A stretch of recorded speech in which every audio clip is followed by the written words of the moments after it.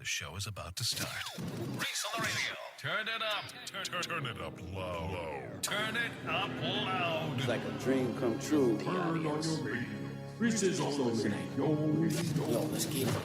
Due to the nature of this program, discretion does not exist. It's Reese on the radio. Right now on WTIC News Talk 1080. Tell me lies, tell me sweet little lies.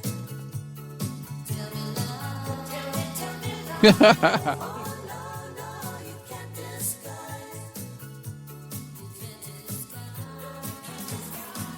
That's what we're being told today, folks. A whole bunch of lies. That's what it is. That's what it is. Get used to it. I know people are going to be upset at Reese on the radio today, but that's okay. We got a telephone number for that, 860-522-WTIC, 860-522-9842. It's Reese on the radio on NewsTalk 1080 WTIC.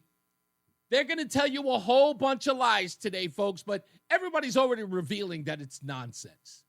Everybody's already telling us that it's a bunch of lies. And I'm going to get into that. I'm not going to drag it out because I almost feel like I've been beating a dead horse. But I felt this was coming. Because it's in politics, it's all about PR. It's all about, it's the PR campaign. And the Biden household, family, cohorts, whatever it is, that's all yesterday was designed to do. That's all it was.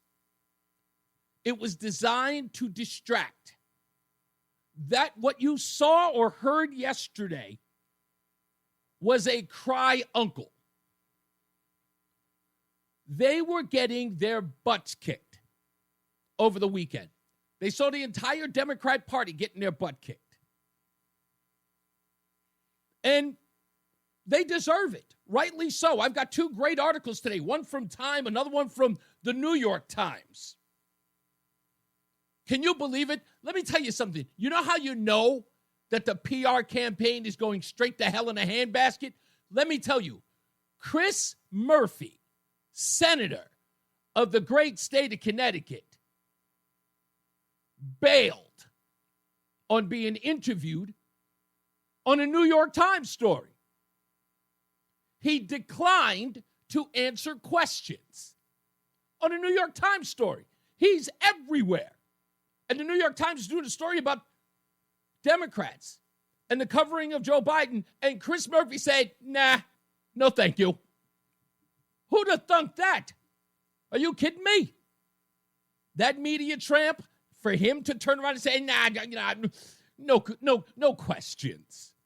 Yeah, right. We'll get into that as well. But I got to tell you, folks, pushback is key today. I know, look, I know I'm going to get a message, maybe from the folks at the front office, maybe from some other people who think I'm being a little despicable here, but that's fine. I'll take the heat. But I'm going to be honest with you. I'll tell you a quick story, and then I'll get into it. I've told this story before. When I was working up in Boston, we got news that Ted Kennedy was diagnosed with a brain aneurysm. And everybody in the news media was following him around like he had just passed away. He had only been diagnosed with a brain aneurysm, and everyone, no matter who it was and where it was, who had been absolute critics of Ted Kennedy, had changed their tone. Now it's an opportunity to be very, very somber. We must really think about the family of Kennedy. And all of a sudden, all the criticisms out the window. Cowards, I called them. Why? Nothing changed. Kennedy all of a sudden didn't become a saint because he had a brain aneurysm. That's not how this works. And of course, the news media in America would prove me right. Ladies and gentlemen, let me remind you of what the media is like when something tragic happens to somebody they don't like. Of course, President Trump and his supporters have contributed to this violent rhetoric as well. Well, absolutely, George. We were just looking back this morning at some of the things that former President Trump has said. He warned last March of potential death and destruction if he were charged by the Manhattan District Attorney. Our country is being destroyed as they tell us to be peaceful. Trump in January warned of bedlam in the country if the criminal charges against him succeeded. And of course, in March, he said, now, if I don't get elected, it's going to be a bloodbath for the whole. That's going to be the least of it. It's going to be a bloodbath for the country. Everybody, slow down. Joe Biden does not, in no way, get a pass. Why? Because this is a lie. Joe Biden didn't wake up on Sunday and find out that he's got prostate cancer. There's no way that he woke up on Sunday and found out that he's got cancer that is metastasized to the bone yesterday. Come on, ladies and gentlemen, for real? That's what we're supposed to believe? Even MSNBC couldn't feed us that nonsense, and they give Joe Biden a tongue bath every day, all day. Here's Joe Scarborough just this morning. You're an oncologist, obviously. You believe it is likely, if this prostate cancer has spread to the bone, that he could have had it for up to a decade. But did you hear that? That's right. Had it for up to a decade. It's Dr. Zeke Emanuel he's talking to. The Emanuels, ardent supporters of Democrat policies and Democrats writ large. Zeke Emanuel, from the Rahm Emanuel brood. That's right, on MSNBC. Certainly it's likely. Would it be fair to say it's likely to have had this for at least several years? Oh, more than several years. He did not develop it in the last 100, 200 days. He had it while he was president. He probably had it at the start of his presidency in 2021. Yes, that I don't think there's any disagreement about that. That's right. There isn't any disagreement. It was held over. It was always going to be the case. Should history start painting Joe Biden's presidency as lame, pathetic, awful, perhaps the worst in history, this was there to save him. Yeah. That's all it was. That's all it is. But like I said, I am not treating them any better than they treated anybody else on the conservative side. By the way, that audio of Martha, what's her name? I can't remember her pathetic name. And George Stephanopoulos, that's the day after Donald Trump was shot in the ear. He had an assassination attempt on his life, and they blamed him for it. Now, all of a sudden, everybody's saying, oh, we should have a degree of calm. We should reconsider any criticisms about his campaign or about his presidency now that he has been diagnosed. And no.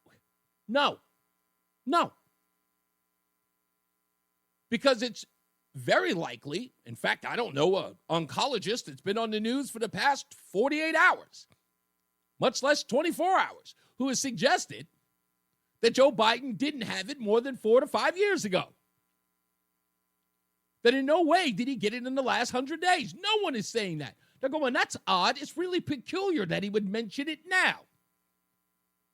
Perhaps his reputation is drowning. And look, let me say this to all the Democrats out there who are screaming and hollering about, the Republicans are out there with the conspiracy theories about Biden's cancer diagnosis. You really want to run that game of we're lying, we're making things up? You really want to run that game again? How's that? What's that tally look like today? You really want to play the game of Republicans don't know what they're talking about when it comes to scandal? You want to run that game about Republicans pushing conspiracy theory when it comes to the Biden administration? Is that really where you want to go here? How you guys doing on that tally? Huh? Failing miserably? You guys are over. Everything we said about this administration has turned out to be true. Let me go back a little bit, a ways, and we're talking about a ways in history. A lot of people don't know this. You'll listen to the news media and they'll tell you, there's been criticism about Joe Biden's presidency since as far back as 2022. Wrong. The criticism went as far back as 2019. In fact, here's former CNN anchor Don Lemon talking about a White House physician by the name of Ronnie Jackson. He was the physician for Barack Obama and President Donald Trump. Do you know that Barack Obama sent an email to Ronnie Jackson criticizing him? And do you know what Ronnie Jackson was being criticized for? For saying that Joe Biden should take a cognitive test in 2020. Learning about an email sent by the former President Barack Obama reprimanding his former White House physician, Ronnie Jackson, who was also the personal doctor for George W. Bush and Donald Trump. Obama wrote the email during the 2020 campaign between Trump and Joe Biden, scolding Jackson for tweeting criticism of Biden's cognitive health.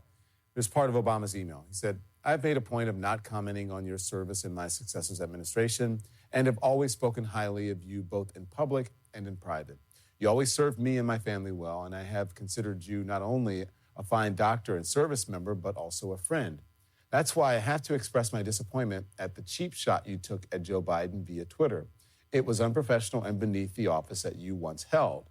It was also disrespectful to me and the many friends you had in our administration. It was also incredibly accurate, Don Lemon.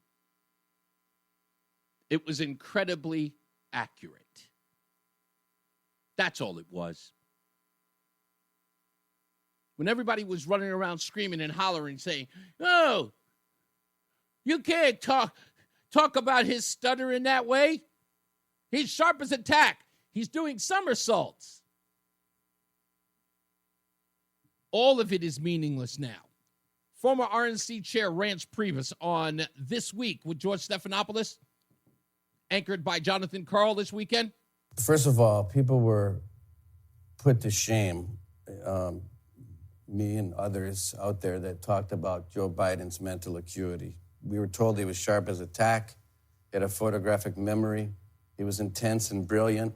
And what's amazing is the sources of this book were the same sources that told us that we ought to be ashamed of ourselves. It's a stutter. Stop talking about him. The fact is they were managing his decline in a nursing home in the White House. That's right. It was a nursing home. That's all. They turned the White House into a hospital. The White House was visiting angels. That's what it was. That's what it was. Do you remember all of that? And the media covering up for it?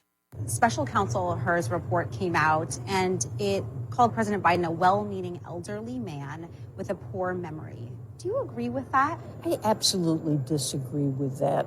Legal minds have said about this report is that it kind of goes, of course, outside of the scope of norms. His reporting and who he talked to went outside of what would be normal, even for a special counsel. Do you think that should be investigated or looked into? Because that was Jen Psaki. She was suggesting that the Hur report should lead to an investigation of Robert Hur. The judicial system, the judiciary is kind of in not a positive view necessarily by the American public at this point. And I think that the American people can see clearly that the president doesn't need a reminder as to when his son died. He says right there, May 30th. I have reviewed the full transcript myself, all 250 pages of it, and there are moments where the president does have memory lapses, especially, for instance, in his recall and description of his son Beau's death. The president struggles to remember the year that Beau died. Many of the details that Biden couldn't recall, such as how boxes were packed up, how they were transported, those are things that would likely be tricky for anyone to remember decades later. It is notable, though, that Hur wrote that Biden could not remember when his son Beau died. That's just not true. Now, that's an interesting contrast. The First Lady was with ABC News, and she reported that based on the reading of the transcript that she read herself, 250 pages, she says that Joe Biden had problems trying to remember exactly when Beau Biden died. And the CBS correspondent you just heard there says it was absolutely categorically untrue that Biden didn't know. That was when everybody was reading the transcripts, which is why everyone was asking for the audio, which we now have, which proves he didn't know when Beau died. He said President Biden portrayed himself as an elderly man with a poor memory. The special prosecutor could have written the same report without using these words. Elderly man with a poor memory. What is the word elderly doing there? He's someone who often has gone down verbal cul-de-sacs and meandered into another story. That's part of who he is. That's his brand for the past 50 years. The swagger does kind of combat the age. The use of adjectives and adverbs that are not the province of the Department of Justice. He's got quick, fast, snappy, defensive replies. And poor memory, what is the test of that? Moments after defending his memory, the president mistakenly referred to the president of Egypt as the president of Mexico. He did later get it right. Yeah. Who among us hasn't screwed up those two countries? Yeah. No one's trying to hear this nonsense. It's all spin. It's all blather. It's all fake. It's all phony. It's bull. Don't ask us for a change of tone. Don't ask us to be respectful. Don't ask us to temper ourselves. No, absolutely not. Not when we know that this is just another lie. Joe Biden cannot be trusted. Jill Biden cannot be trusted. Hunter Biden, Ashley Biden, none of the Bidens. The Biden dogs can't be trusted. Ask a Secret Service agent. If your name is Biden, you cannot be trusted. And anyone who sits there in his camp, running ops for him, whatever the case is, none of you can be trusted. And you know it. This is weak. The fact that Chris Murphy had to turn down a New York Times article, he was just in the New York Times less than a week ago, didn't want to answer questions about it. But that's okay. We got this one covered. New York Times article or Time Magazine articles got him in there. Chris Murphy now saying, I don't want to talk about it. I've got nothing to say about it. I'm out of this one. Sure you are, buddy. Sure you are. We'll take a break. More news, more views, your phone calls. By the way, in the 4 o'clock hour, I'm going to ask a question. What do you think is the reason for the wealth disparity in Connecticut? An overwhelming 360,000 people are considered poor in the state of Connecticut. I think I understand why, and I'm going to ask that question in the 4 o'clock hour. So stick around for that. So let's take a break. We'll be back. More news, more views. Your phone calls at Reese on the radio on NewsTalk 1080 WTIC. Reese on the radio, making sense of the news. Yeah, even when it makes no sense at all. Now on WTIC, News Talk 1080. Yep, we are back, and welcome to your Monday afternoon. I have missed you guys. It was a quiet weekend where I did nothing. Absolutely. Yeah, I don't think I did anything, now that I think about it. Yeah, that was about it. It was really, really quiet. Got a week coming up that I'm not that excited about, but I got to fly. Check out Sunday's show. I'll talk a little bit about that as well. Inside the Democrats' reboot. That's the subject of the New York Times. The Time magazine cover. This edition is, I don't even know what date this is for, but I'm assuming it's the recent one. Yeah, Inside the Democrats' Reboot. Let me grab a couple of pull quotes. And this is primarily what this article is about, is that what are the Democrats going to do now after they've lost? And one of the pull quotes here says, over the past 2 months, I've spoken to dozens of prominent Democrats, from senators to House members, to upstart progressives and activists to the top DNC officials. In a party that can chart its way back, I asked them all versions of the same questions. How can they get out of it? What ideas do Democrats stand for? Beyond opposing, how can they reconnect with voters that they've lost? Who should be leading them? And in other words, what's the plan? Many of these conversations made my head hurt, the writer says. Democrats kept presenting cliches of new ideas. Everybody said the same things. Nobody seemed to really be saying anything. A bunch of feeble platitudes about showing up and listening and fighting for the working class. This is who they are. They don't have any new ideas. This is the Democrat Party. It's not about new ideas. The Democratic officials believe the party has moved too far to the left on social issues.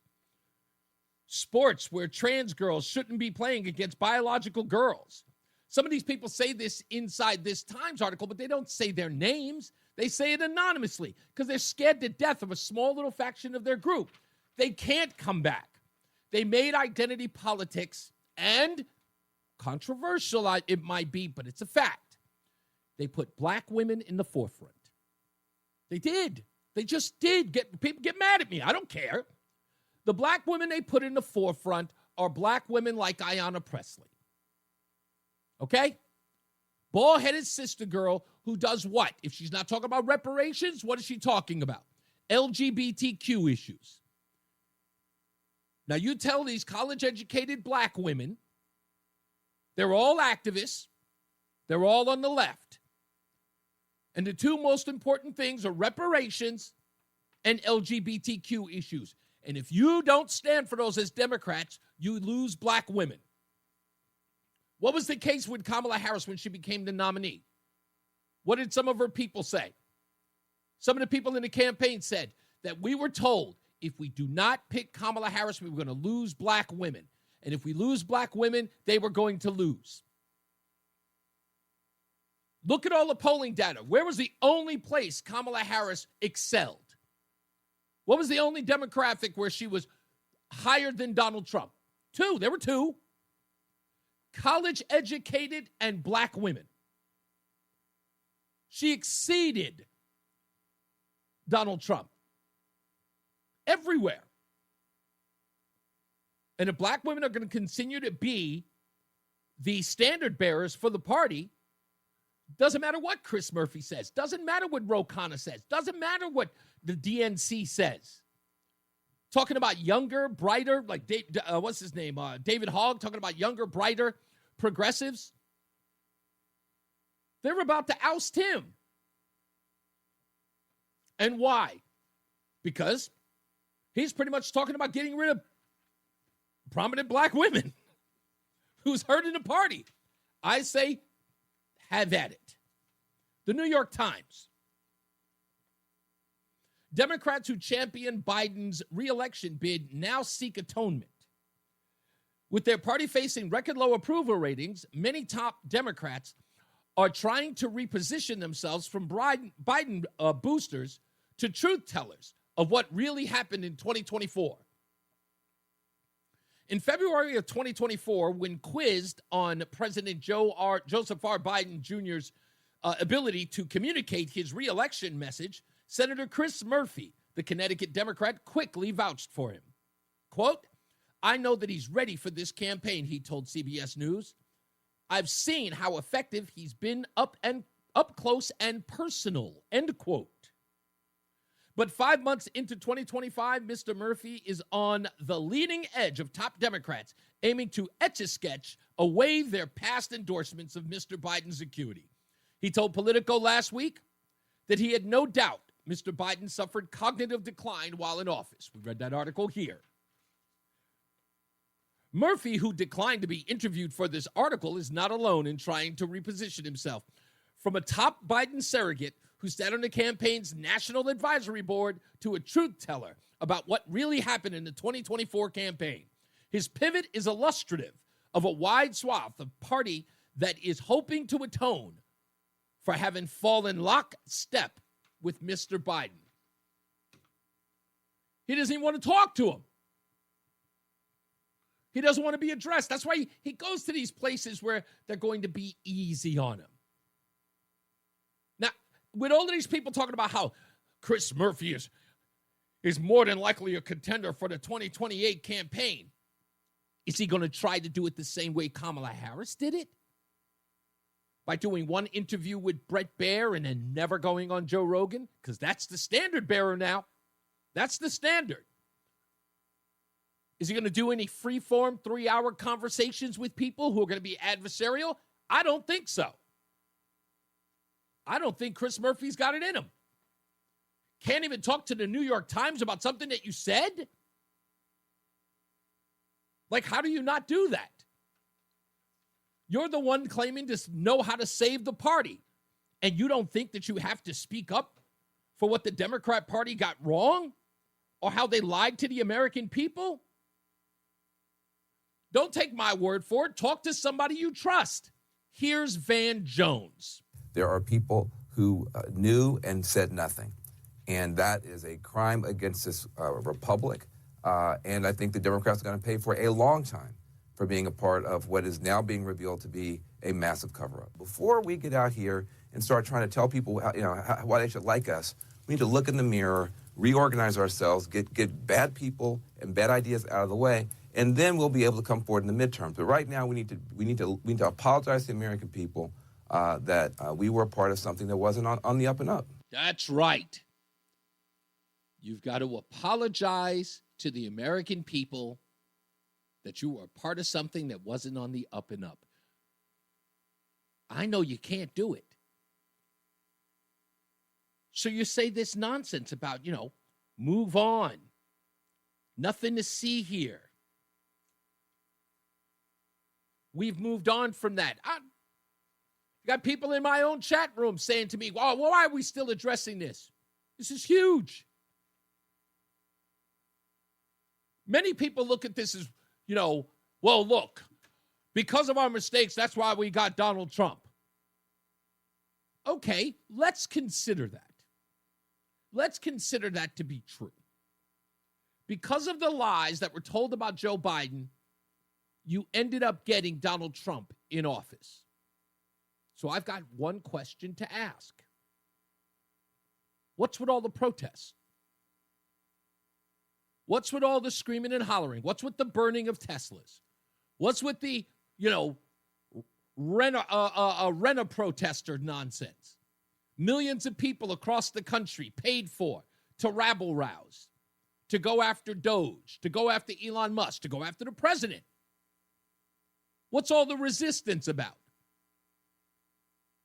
You have a party that hasn't acknowledged that it lied to the American people.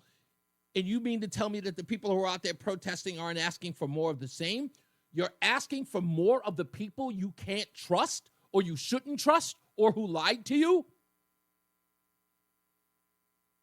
Because if it's true that we should get over it, if it's true that we should get over how we were lied to, if it's true that we shouldn't investigate who was in charge, who was signing the executive orders, who actually was in charge of the exit of Afghanistan, if we shouldn't be asking all those questions, and because of their inaction or the incapacity of Joe Biden, if that's the case, that that's why Donald Trump is the president of the United States, shouldn't you take a seat?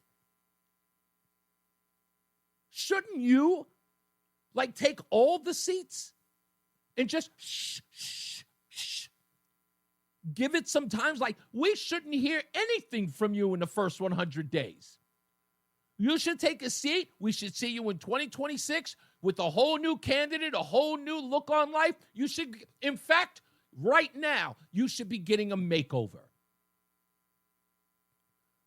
Regroup, makeover, come back, fresh do, new you. And then come out, with the new hairdo, the new clothing. You're shopping at different stores. You're looking fancy, fresh to death, as they say in the hood, and then come back at us and tell us, hey, you know what? That Joe Biden thing, that's behind us. It's a brand new Democrat Party. You want to hear something funny? This will make you laugh.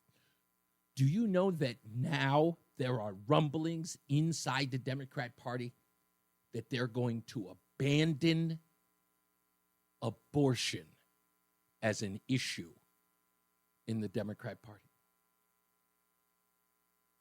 I also heard they're going to abandon climate change as an issue in the party. They are no longer going to address. In fact, I'll go one step further. In the New York Times, in the Time Magazine article, Chris Murphy is thinking about backing away from, wait for it,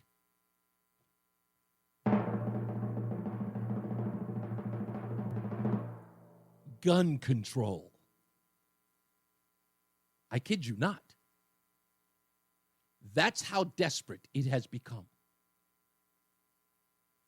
Nothing they believe in, they wish to stand for anymore.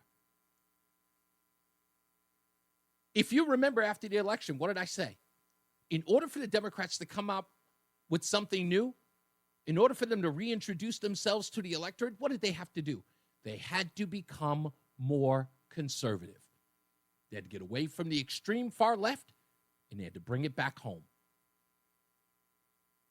They had to bring it back to some moderate. And abandoning we're talking 3 core issues in the party. By the way, they never said the LGBTQ community. No, can't. Suicide for them. As far as donors are concerned, yeah, forget about that. But gun control, climate change, wow. And abortion. That's scary. Even for them. That's right, Richard A. They've got nothing left. Nothing left. We'll see. We'll come back. We'll take your phone calls. We'll be back. And listen, if you want to opine about this, I've got this question. Explain to me the wealth disparity in Connecticut. I think I know what it is in reading this article in the Connecticut Mirror. I think I figured this out, why Connecticut is having such a problem with wealth and inequality, or wealth inequality in the state. We'll talk about that in the next hour as well. So stick around. More news, more views when we return. It's Reese on the radio on NewsTalk 1080 WTIC. Hey, it's Tom Shattuck. As you know, my friend Phil has been on Awaken 180 weight loss, and now he has just finished week 13 of losing weight each and every week. I'm down 65.4 pounds. I'm feeling a lot more confident in myself. You know, like I used to be, especially summertime, be embarrassed to wear certain clothing because you didn't want to show your weight. I have my major high school reunion in September, and I'm kind of looking forward to, showing off a little bit.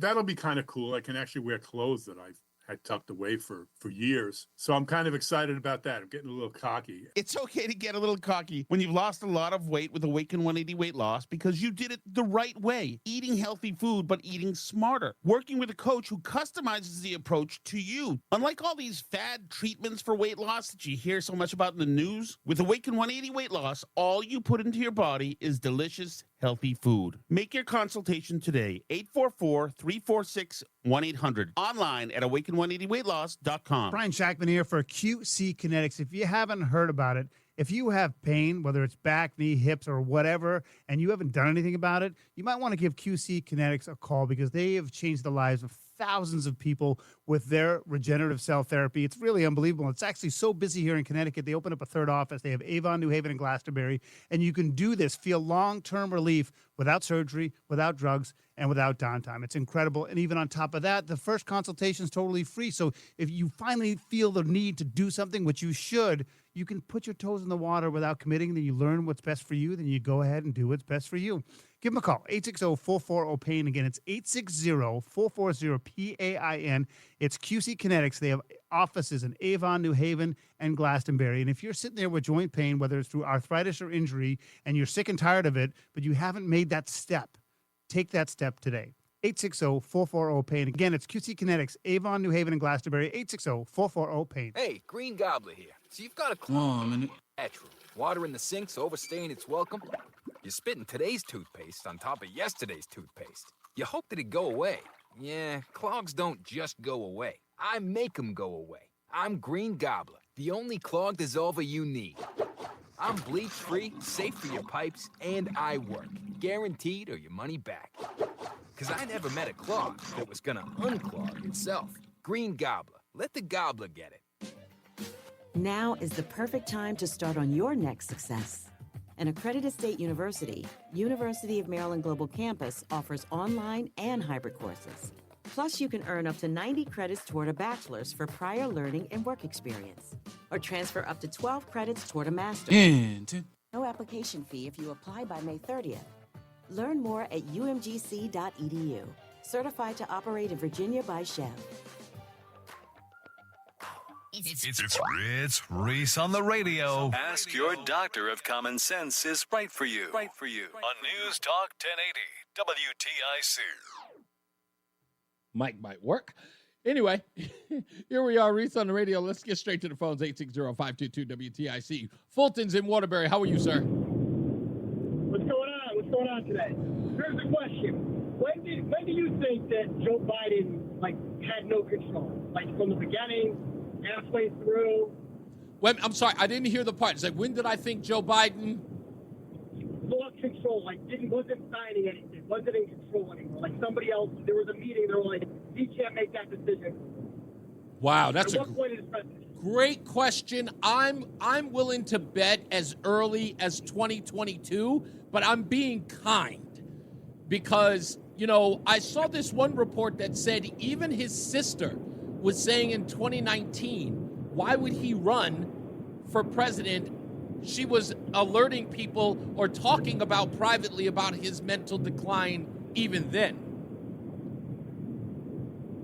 I agree with you. I don't know if they can actually admit what they did. I think they would lose everything. I don't think it would save face. I think it would destroy them. It's not this country. They really did. It seems that they deserve an injustice. Yeah, I think. Look, I think that James Comer of is it Kentucky? I think James Comer or Kansas. I can't remember. James Comer they have subpoena power, and from what I understand, last week after we heard the Robert Hur tapes when they were released on Friday, he immediately announced that evening that he's going to start subpoenaing people and bringing them to Congress to find out what they knew and when they knew. And I think that it starts with the Chief of Staff, Ron Klain. I do too. Was there one before him? Yes, and someone take over for him? Yes, I have some information that associates with that. I'm going to talk about that a little bit too. Okay, all right. Well, that's all I was trying to figure out. Is when this all occurred, when they knew about the prostate cancer. They weren't very upfront about it much. Yeah, indeed. Thank you, Fulton. Let's go to Tom in Thomaston. How are you, sir? Hey, Reese. Hey, I almost drove off the road when you said that statement about Chris Murphy dropping back on the gun issue. Oh, yeah. If that happens, that only proves my point when I say Chris Murphy is the head pimp of school shootings. Indeed. All it was for him was a moneymaker. Isn't that crazy that I couldn't believe that I saw it. I was reading, it's a Time magazine piece that, in fact, let me see if I can actually pop it up, but it was crazy when I saw it. I was like, no, he's not. No way. But he was talking about how, in the article, he was talking about how the litmus test on Second Amendment rights shouldn't be like the bellwether on whether or not you could be a part of the Democrat Party, which, again, he was like, I still stand for, gun control, which in essence is, who he is. But he's backing away from making that making that sort of the divining line on the issue. And I'm going, are you kidding me? This guy is known for this. But yeah. That's the only thing he's got done in the Senate, right? Is the bill on the guns. Yep. It totally shows he's just a fraud. Yeah. He's a huckster. Here, I'll read the headline. Anything. I'll read the headline. Here it is right here. Let me see. I thought it was, I just mean. Oh, here it is. Yes. Lost Democrat. Inside the Democrats' reboot. Murphy rethinks his push to make gun laws a litmus test for Democrats. That's what he says inside the article. I got to take a break, Tom. Let's get into our first check of the weather and traffic with Jason Catarina and Mark Christopher, who's back in the BPS Traffic Center. Hey, buddy. It's Reese on the radio. And don't say we didn't warn you on News Talk 1080 WTIC. Don't forget, stupidest thing I read today is coming up today. You may have heard about a bombing that took place out in California. A car bomb went off outside of an IVF clinic. We have some details about that. That's in the stupidest thing I read today. I'll break that down for you. When we come back, I really want to ask this question because I read the article coming from the Connecticut Insider. I said the Connecticut Mirror. My apologies. It's a story by Alex Putterman. In fact, I read some stuff from him before. He's a staff writer at Connecticut Insider. And here's the headline. 2 Connecticut's. How gaps between rich and poor define life in Connecticut. And I saw it, and I didn't really think that it was a story to have a conversation about. But I have a theory, which I know will probably spark a conversation in Connecticut. And I'm going to sound a little naive here. And I appreciate if people think that I am. Here's why I know I'm being naive. Well, I'm no real resident of Connecticut. I lived there once for a little more than a year. It hasn't really gotten me to understand what childhood is like. I didn't go to high school in Connecticut or even grade school for that matter. I didn't start a business in Connecticut, just worked there. And as an outsider, there might be some other stuff that I don't know. But as a New Yorker and an outsider, I look at Connecticut a different way. And I'm just going to ask you to indulge me a little bit in my perspective as an outsider looking in. And I see some people already in the chat room, and they're like, it's because of corruption. It's because of... all of that is quite true. I'm from New York. I mean, okay, for crying out loud. Corruption, that's a thing. But I think there's something else to it. And I'll tease it this way before we get the weather and traffic. I believe Connecticut is where you end up, not where you start. And I'll explain when we get back. Let's get to Jason Catarina and Mark Christopher in the BPS Traffic Center. Hey, Mark. President of the Chris Murphy Fan Club, Reese on the radio on News Talk 1080 WTIC. We're back. It's News Talk 1080 WTIC. This article, again, I wasn't really intending to talk about it, but I took a nap and I started thinking about it even more.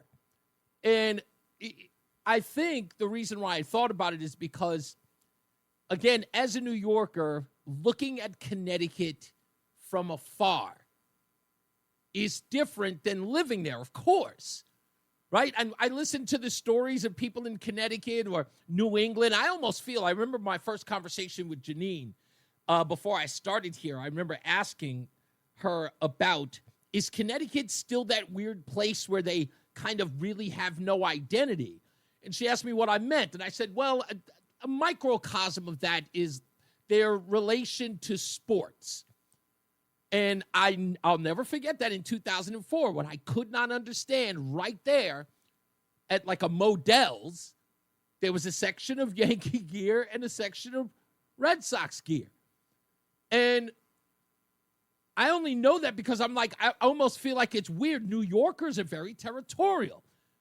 Although there are some people who walk around wearing other sports team stuff to sort of to match an outfit, it's really frowned upon to not represent New York.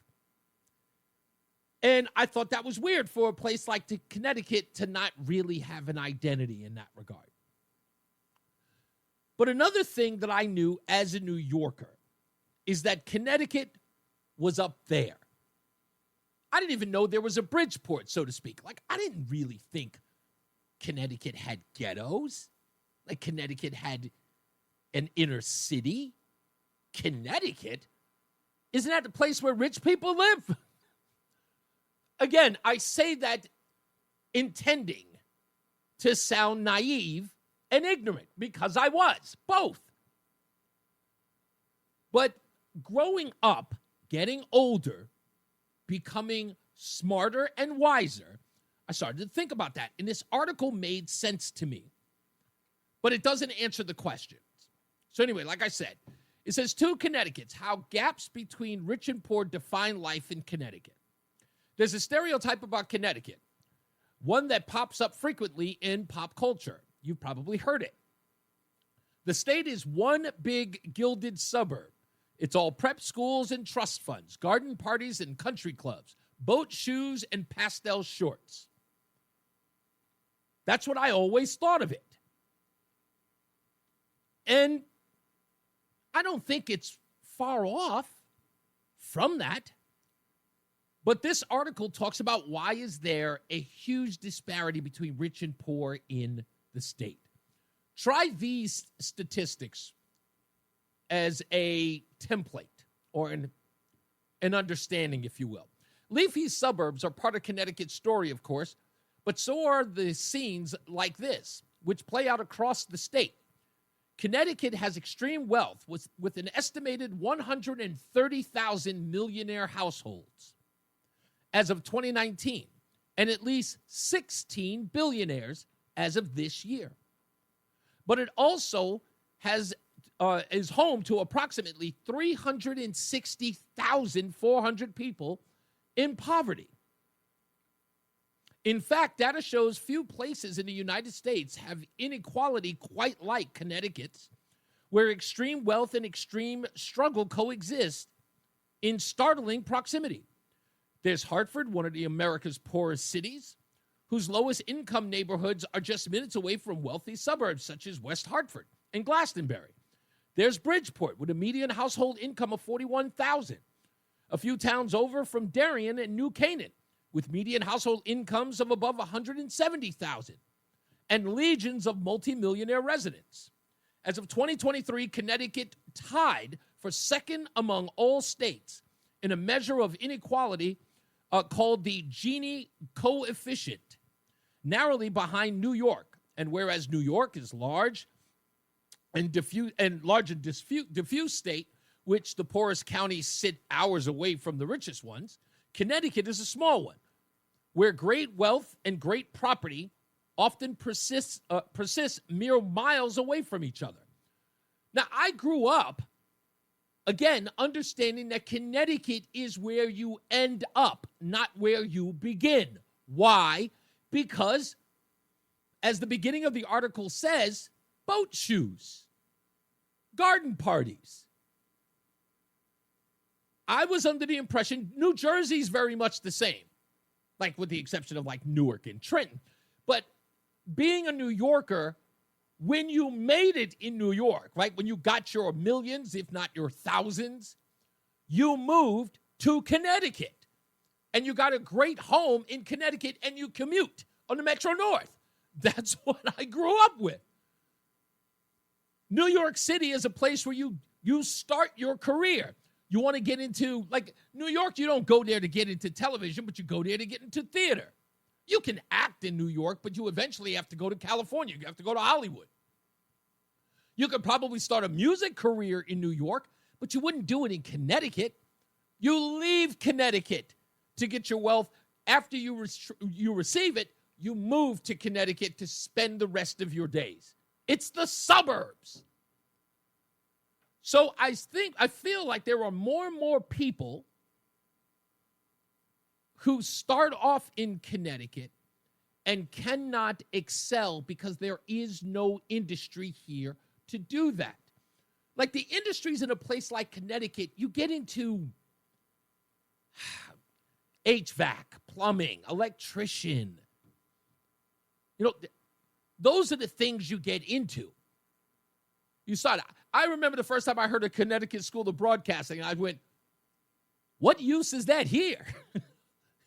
You need that in New York. Turns out a lot of people in New York went all the way up to Connecticut School of Broadcasting to start their career in New York.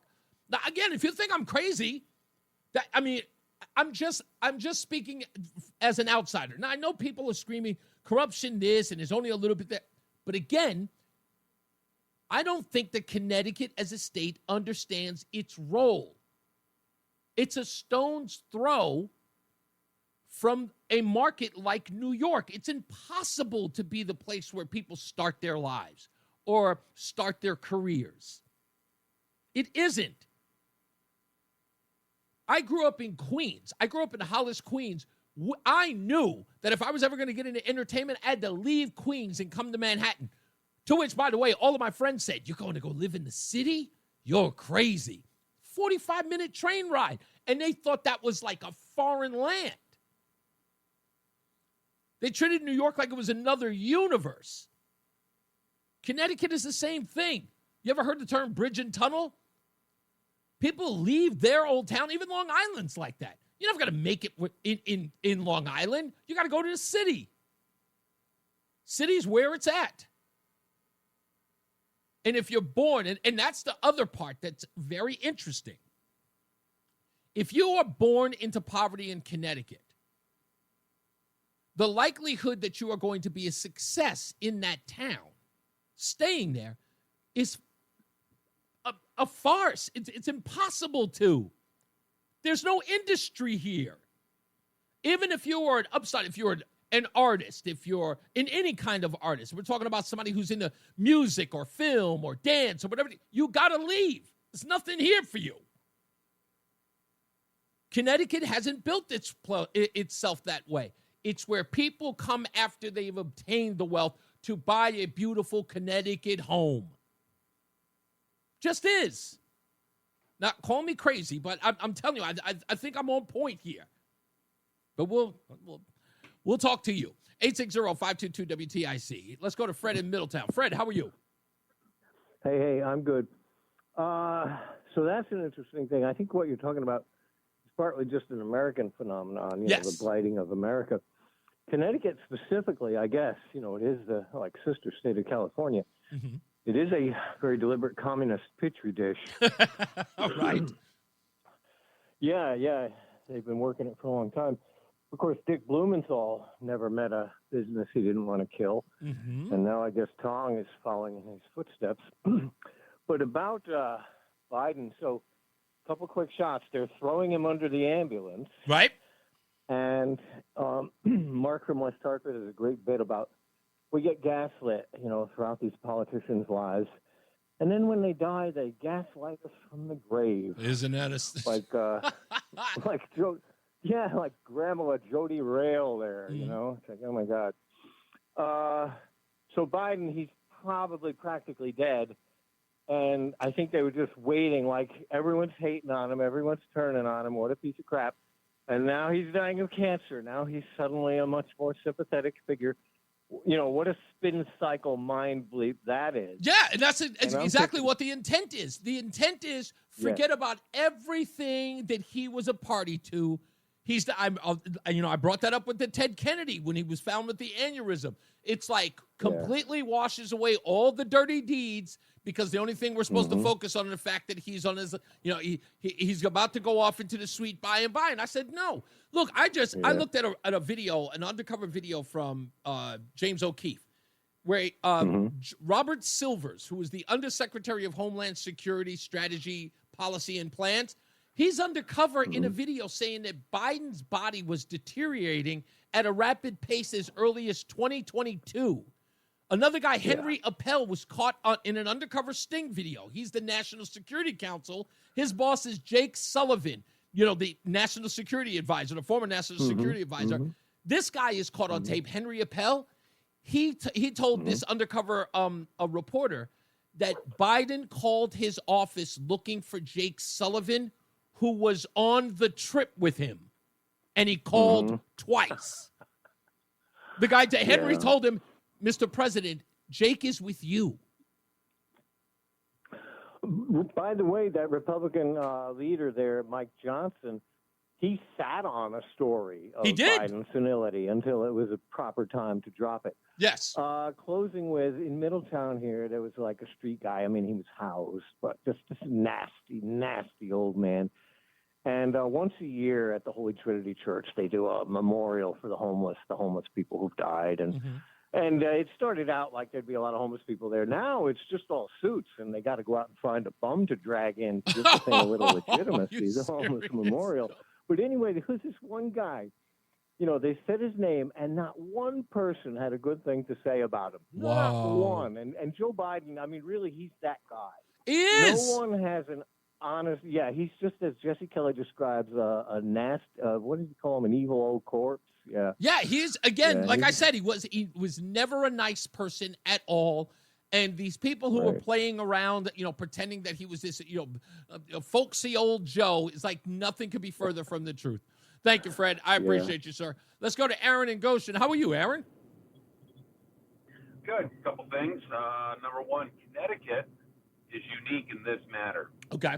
Or manner. I should say I misspoke.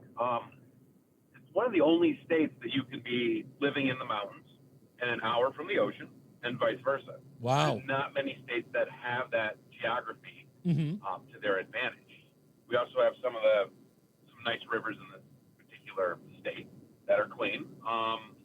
And for some reason, the politicians can't screw this up. We are geographically located between Boston and New York City. Correct. The largest world hub, which essentially makes us wealthy because of those two superpowers. Exactly. That are between us. Exactly. This is exactly the point that I was making, is that, even if you're from Boston or if you're from New York, you make your bones there, and Connecticut is the perfect place for you to move your kids or to buy your first home. It's storied. It's like now, Connecticut historically was a tax haven. Yes. For people from Massachusetts and for people from New York. That's why exactly what you're saying. Mm-hmm. But we're not that anymore. We're taxing people out of this place at this point. They don't even want to come here anymore because the state that they would normally be leaving has very similar tax laws and tax costs to live there. So we're kind of screwing ourselves. Yeah, I've been saying it. I've been saying it since the Rowland administration, that Connecticut is all of a sudden started hustling backwards and driving the people who made the state great by coming to it and leaving their big cities, by driving those same people out. Now they don't even want to come. It's insanity. And I'll leave this with Biden. Let's not forget Ashley Biden's diary, where she thinks about showering with her father at a very inappropriate age. Yeah. An age where you want to start giving your children privacy and having them close their doors and knocking before you enter. Yeah. So that old pervert, that old kook, that old corrupt lunatic, sayonara. Say levy. I mean, it is what it is. Yeah, there you go. Exactly right. Good point. Thank you, Aaron. Again, like I said, this sympathy that people are deciding to give him, he didn't earn any of it. This is the same guy that called us garbage. This is the guy who went to Philadelphia at Independence Hall, called us ultra MAGA Republicans, called us a threat to democracy. And now all of a sudden we're supposed to find out incapacitated, may have had prostate cancer for more than 4 or 5 years, possibly 10, lied to us, kept those things from us. No. Too little, too late, buddy. In my opinion, Biden was very much like Harry Reid. Harry Reid was scum. Sorry. Let's get another check of the weather and traffic. Nobody outdoes Harry Reid in my book. Stay locked in. Reese on the radio is on WTIC News Talk 1080. Before we get into this, I want to read what Georgiana wrote in the comments. And she says, I believe Connecticut follows my social service conspiracy theory. It is a state that provides jobs to give service. These jobs pay the taxes. The more the jobs, the more the taxes. But every service needs someone to serve. Therefore, the state does not work on helping the served grow out of need. They perpetuate the need.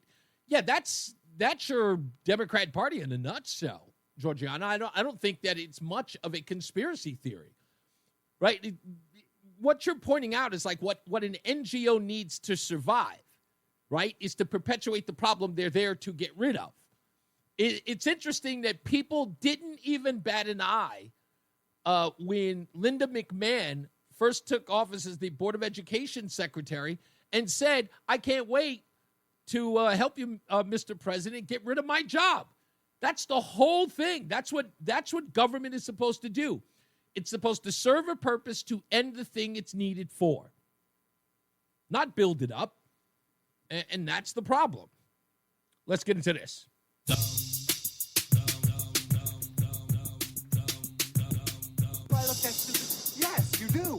Stupid as can be. This could very well be the stupidest person on the face of the earth. Dumb. So it turns out that there was a 25-year-old man who laid out a bombing at an IVF clinic in vitro fertilization clinic. And when I first saw it, everyone was asking me, Michael B. was one of the first, he said, do you think it's terrorism? And I assumed that it was, but it was weird. My wife and I were looking at it going, who would pick an IVF clinic? And my wife says, do you think it was one of those anti-abortion radicals that went to the wrong place? And I said, no, that doesn't seem likely. Like nowadays, when people show up at abortion clinics, it's usually Christians who wish to go there and either pray or sing songs. They're not very violent. It's not like it used to be in the 90s. It's a completely different brood now. So when I saw it, I went, that's an interesting, I guess terrorism. It's interesting to be in front of an IVF. So anyway, I started looking into the story, and sure enough, Yahoo News had one of the first stories that I read, and it says IVF bomber has nihilistic leanings, and that's it. Just said it in the headline, and then went on to describe what took place. IVF clinic bomber laid out chilling pro-moralist death cult ideology before attack, reads the New York Post article. Turns out that this person doesn't believe that life is meaningful. It's meaningless. And he wrote, according to his screed, that if there's ever the epitome of pro-life, it's in vitro fertilization. And so he sought out to destroy it. But I'm going to be a little cruel here. I'm going to applaud this person. Not for what he stands for. Let me tell you why. This radical lunatic is off the face of the earth because he doesn't believe that life has any meaning. And I'm thankful he didn't take anybody else's life because of his belief system, that he only did it to himself. Because it'd have been pure scum if somebody else had to suffer from his ideology. That's the way I look at it. The self-proclaimed love child of Rush Limbaugh. They're running a strange program, y'all. Reese on the radio on NewsTalk 1080 WTIC. Got more news and more views for you coming up. Stick around for that. We'll talk a little more about this Joe Biden nonsense. Do you guys remember this in 2018? This was 2018. And just to listen to it, folks, imagine imagine it's Joe Biden they're talking about instead of Donald Trump in 2018. Just fix your brain to think that. Be honest with America and come clean instead of protecting this president and possibly harming the American people.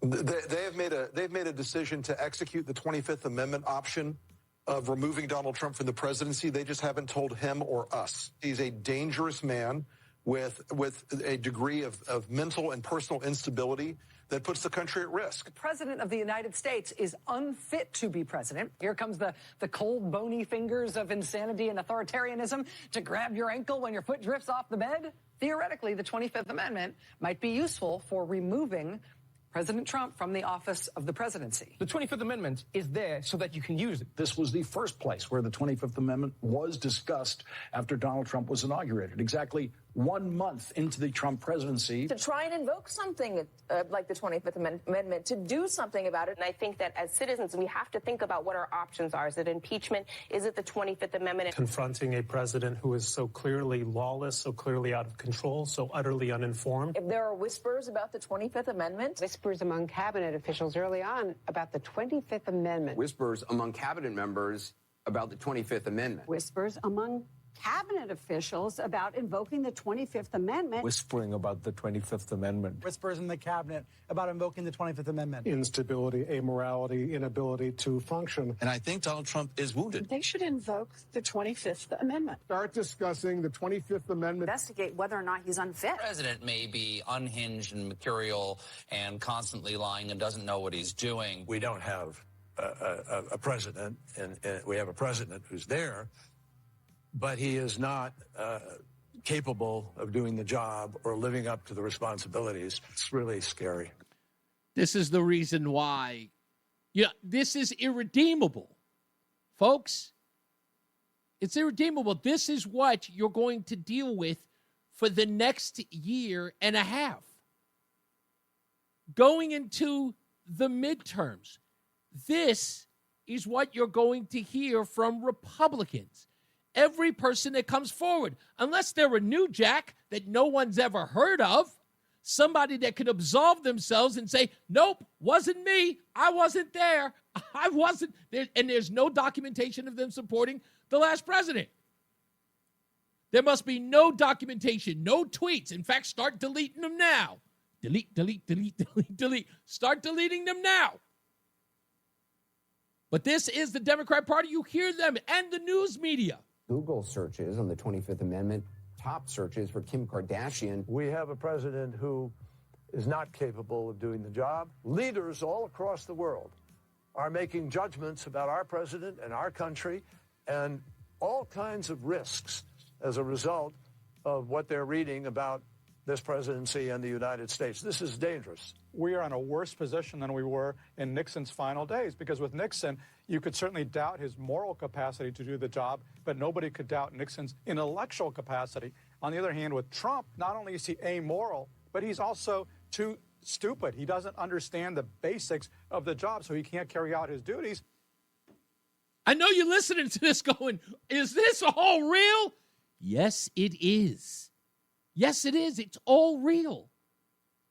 I've been holding on to this. When did I download this? This supercut. That's what I called it. When you hear all of these in succession, it's called the supercut. In fact, I put this together. The original was on the 20th, July 10th of last year. Yeah. July 10th of last year was when this put together. Here's more. We should be talking about invoking the 25th Amendment, but unfortunately, Republicans are putting party loyalty above patriotism. They are. Yes. They're putting party loyalty over patriotism. That's going to come back and hurt. They're acting as protectors for Donald Trump because he still has the support of their base, and so they are allowing this travesty to continue. In fact, he may be unable to serve. The 25th Amendment is there. There are adults in the room. Don't worry, everybody. There are adults in the room trying to protect the U.S. from the president. We need John Kelly. We need people to speak Kellyanne honestly. Conway. Absolutely. Steve Bannon. Jared Kushner. Let's hook them up to a polygraph. Yeah, Nicole. Let's hook all them up to a polygraph. Listen to this. She went famous for this. Kellyanne Conway. Absolutely. Steve Bannon. Jared Kushner. Let's hook them up to a polygraph. You know what?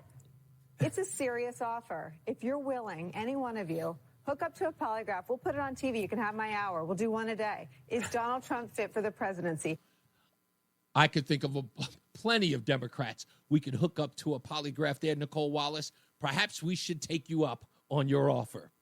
Let's get another check of the weather and traffic with Jason Catarinas and Mark Christophers in the BPS traffic. Oh, no? Oh, what am I talking about? It's not even, I'm thinking it's the wrong part of the day. Thank you. I totally forgot. Oh, okay. I can finish playing this? My bad. I didn't even realize what time it was. I thought I was ready to go to break. My bad. Is he capable of carrying out the responsibilities of America's commander-in-chief? You're all welcome. Yeah. Well, look, I think we already know, everybody knows, the whole country knows that this president is unfit. Invoke the 25th Amendment to the U.S. Constitution. Eisenstein was going to organize the cabinet to use the 25th Amendment to oust you from office? A great many people have wondered whether this president was fit for the office and whether they had to contemplate the extraordinary step of invoking this article. None of them can survive politically. None of them. How could they? This is all there. All there. And they know, look, Van Jones said it. They're all going to have to come out and apologize. After everything that they said, wow, it's incredible. 860-522-WTIC. Let's go to Ralph in South Carolina. Hey, Ralph. Reese, you don't understand. Those people, all they were clairvoyant. They were looking ahead to 2021 to 2024, and that's what they were seeing. And they were 100% correct. Yes. Right. They had the right amendment, wrong guy. Exactly. And I guess the thing that really bugs me a little bit, Reese, is you watch all these quote-unquote newscasters. They're not newscasters. They're Democrat operatives talking about Biden now. And everything, the American people have seen it right to their face. And what they're telling the American people, don't believe what you're seeing and you're hearing, because this guy was really very cognizant and capable of being president. Don't listen to what he said, and don't listen to what you saw. Listen to us morons. Ralph, let me ask you. Who will lie to you. Sure. Let me ask you this. Do you think that the well goes deeper, or do you think we've hit bottom? What I'd like to know, and I think people like you, because I think you and I think a lot like, is who was running the country, who was making the decisions, who was using the pen to sign all those deals, whatever, and 1,500 pardons? Can you imagine? Over 1,500 pardons. Who were they? Who approved it? Can you imagine that if we get to the bottom of this well, which I'm sure it's going to run deep, but can you imagine if everything that this president has done, I'll even go so far back as 2022, let's say there are 2 years of his presidency that gets completely vacated, like an asterisk, like a Barry Bonds asterisk on his entire presidency. Everything that he auto-penned, that he had absolutely no idea what was going on, all gets vacated. It'll be bedlam. It'll have to be. Reese, you know what would be better than that, in my mind? What's that? Watching all these people who got all this money and following the money that was dispersed and who got it and why they got it and who got the dollars. Man. And that's what I would like Ralph, to see. you are so right. You're so right in the sense of if Joe Biden isn't there and his cronies were running around just writing checks and just giving them to their, to their Democrat operatives and just flowing. I mean, come on, they gave $1 billion to what's her name? What's the woman? Stacey Abrams in Atlanta. $2 billion. Yeah, was it $2 billion? Yeah, $2 billion they gave to her. So yeah, like I said, this is probably going to run pretty deep. Thank you, buddy. I appreciate you. Let me go to Adam in East Hartford. What's going on, Adam? Hey, I know we hadn't talked in over a week and a half, and that church incident, it sounds like it was black on black crime, That it was. Yeah, it was awful.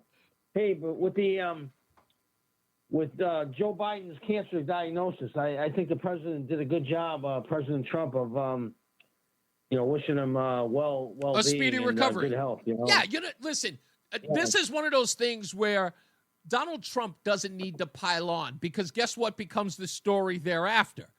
It becomes Donald Trump not showing any grace. He's a bully. Doesn't even, he's smart enough to know. But I'll tell you this is the part that I thought was funny, was that Donald Trump Jr. says, put a post out that says, "I cannot believe that Jill Biden didn't notice that her husband had prostate cancer." And the left went nuts saying, "Do you understand that Dr. Jill Biden has a PhD in education? She's not a real doctor." And they didn't even get that was the point. It was the joke, because everybody was running around. Yeah, exactly. It was a joke, and they didn't even get it then. So, what do you say? That's all I can tell you. Thank you, Adam. Let's go to Walter on his cell. What's going on, Walter? Yeah, Reese, I don't know. Did you happen to see Cash Patel and Bongino with Bartiromo? Yeah, with Bartiromo, yeah. Yeah. It'll be interesting to see what they come up with. Yeah, I mean, people are a little disappointed with them about the Jeffrey Epstein revelation, saying that there's no there. But they did say that there's some other evidence that's going to come out about the Russiagate that's going to be revealed that many people are looking forward to. So I'll see where it goes. I was a little disappointed in the interview. I thought it was going to be a little more hard-hitting, but I guess there's going to be some stuff that's going to be revealed in the next week or two. So I'll stand by. Yeah, but like they said, they've only been there 3 months. Exactly. And there's a lot of stuff. There's a lot of stuff stuffed away somewhere. Exactly. I think that I think that these first, and you know what would be smart, Walter? Let me say this. Here's where it would be smart. You've got the midterm elections a year away, right? A little more than a year away. If you're going to really isolate and damage the credibility of the Democrat Party to ensure that you stay in power politically, you hold that stuff over for the October surprise. You know what I mean? Make sure it is fresh in the minds of people come the midterms. That's what I would do. So, yeah, I hear you. Yeah. Thank you, Walter. Have a good one. Thank you, man. You too. Yeah, it was a joke, Bob. It was meant to be a joke. Yeah. I would love some Democrat callers, but no offense, Bob, but you guys are scared to death. You guys are scared of me. Or you're scared of yourselves. I don't know. You're afraid of your own shadows. You know the number, 860-522-WTIC. Do you guys not understand how this phone thing works? Like, as the host, I don't call your house. You call the show. Like, Democrats have to be bold enough and not so wishy-washy and scared to call the program. They don't call. I've had plenty of them call, and what have I done? I've swatted, I've spanked them like a redheaded stepchild. It's easy. They're scared to death of me.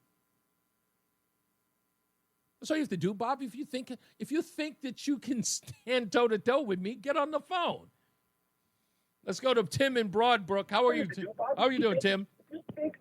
Tim, I'm doing wonderful. I just think, you're asking for the impossible dream here. There's no Democrats that really have an opinion about everything because everything they get is from the legacy media, indeed, which has a form of, there's a talking point for everything. And if they haven't been clued in advance, they really can't have a conversation. Isn't that bizarre? Orange Man bad. And then, I was talking to this guy who thinks he's a pretty smart guy the other day, and he was talking about how the economy is worse. I said, did you ever hear of monetary and fiscal policy? You got to say things real slow so it can soak in. And he had no idea what I was talking about. I said, well, here's the thing. Government sank too much money into the economy, so we have inflation. You have to kind of cut down on the amount of money in the economy, and that causes shrinkage temporarily, but that also eliminates inflation. All I know is my post office pension is I'm losing money. So the whole world's got to starve so these retarded Democrats can have a good life. Listen, the whole world has to be in turmoil so the military elite can have theirs, Tim, it's a sad state of affairs, but I have these arguments with so many liberals on a regular basis. They take their marching orders from the legacy news media and then regurgitate it like a bunch of parrots. Immediately. The tariffs are taxes, Brock. The tariffs are taxes, Brock.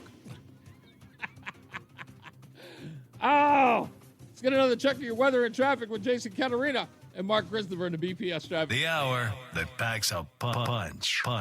It's Reese on the radio on WTIC News Talk 1080. Oh, it is a pleasure to be here. I'm always excited to be here on a Monday. I'm not like most people. Monday is a great day. I'm sure a lot of you had a wonderful weekend. And, of course, I had to get back to the grind of the week, but that's okay. That's what Reese on the radio is here. We'll make sure that you get through the week with style, especially now while everybody is going home. In this hour, we will get you a dozen bagels a month for 6 months, courtesy of Between Rounds, the Bagel Bakery and Sandwich Cafe. You can find them in South Windsor, Vernon, and Manchester. All you have to do is call up at the end of the show. We're going to change it up a little bit. Hopefully, they're going to let us do this in the sales department and definitely Between Rounds. We're going to do something a little different in the show so that we can get people the Between Rounds bagels. I actually had an onion bagel today from Between Rounds.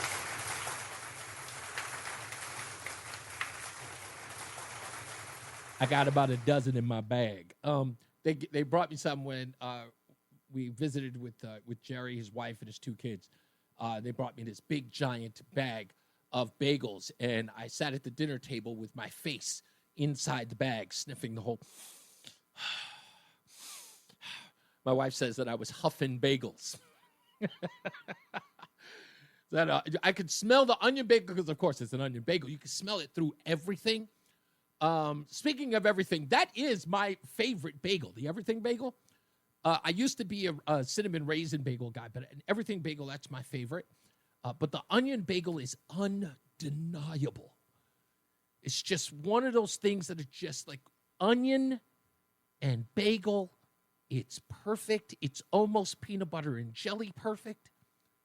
But that bagel just smells divine. I don't know if that's you, but I love that smell. I could just...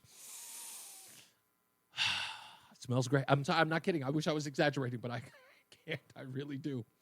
When you got your peanut butter and jelly bagel, Roland, what flavor did you get a bagel? Do you remember? No? Okay, he's doing something else. Maybe he may have gotten a cinnamon raisin. He seems like a cinnamon raisin kind of guy. Negative. What did you get? What kind of bagel did you get? Oh, when? When you got your peanut butter and jelly Oh, bagel? just regular plain. Plain? Come on. The chef, the gumbo guy, got a plain bagel? You got to keep it simple, man. Oh, Simple and delicate. You disappoint me.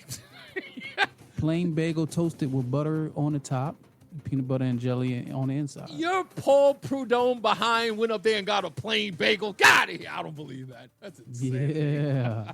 Let's get another check on the weather and traffic with Jason Caterina and Mark Christopher. I want to hear about Mark Christopher and Jason. What's your favorite bagel flavor when you do get a bagel?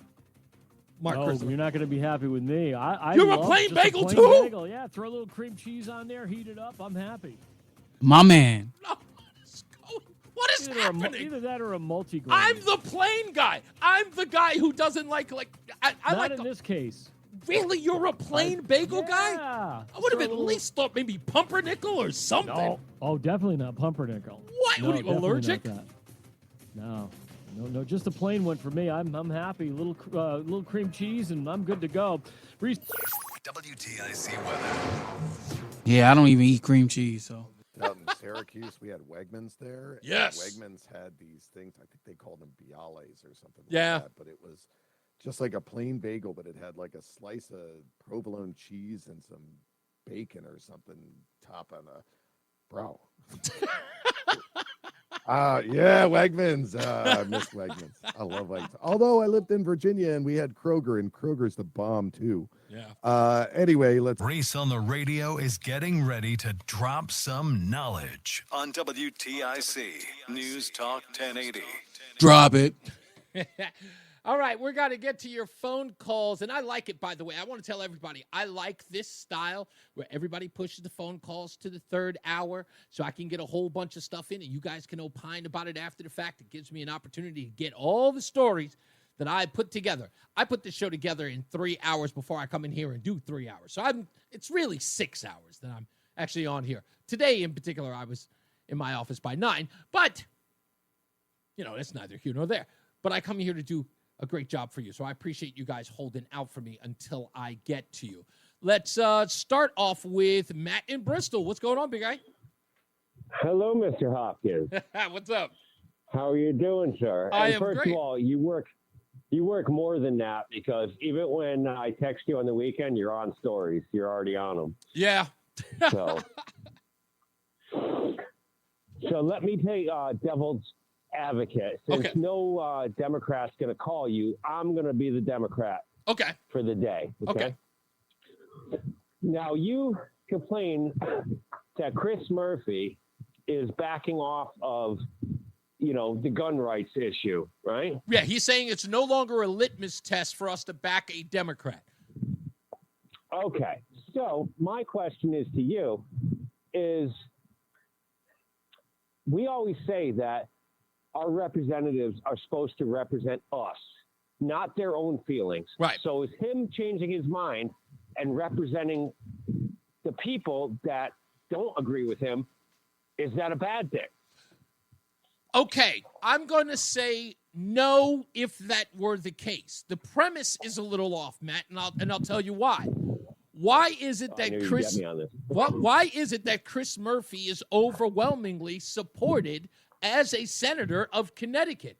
His core issue is the gun issue. It's the Second Amendment issue. It's about gun. It's the what do you call it? It's the anti-gun, anti-Second Amendment policies that he champions. In fact, if we look at Chris Murphy as a whole, that is the core issue that's associated with his name. So it is fair to assume that every time he wins an election, his constituents are saying, I'm voting for that guy because of where he stands on gun control. For him to flip-flop on that, I think, and this is what I think Chris is sort of where he sort of wanes, and it may affect his electorate. I think he's saying on a national platform, the litmus test is no more. I think as to be a Connecticut Democrat, you have to wholeheartedly push for gun laws.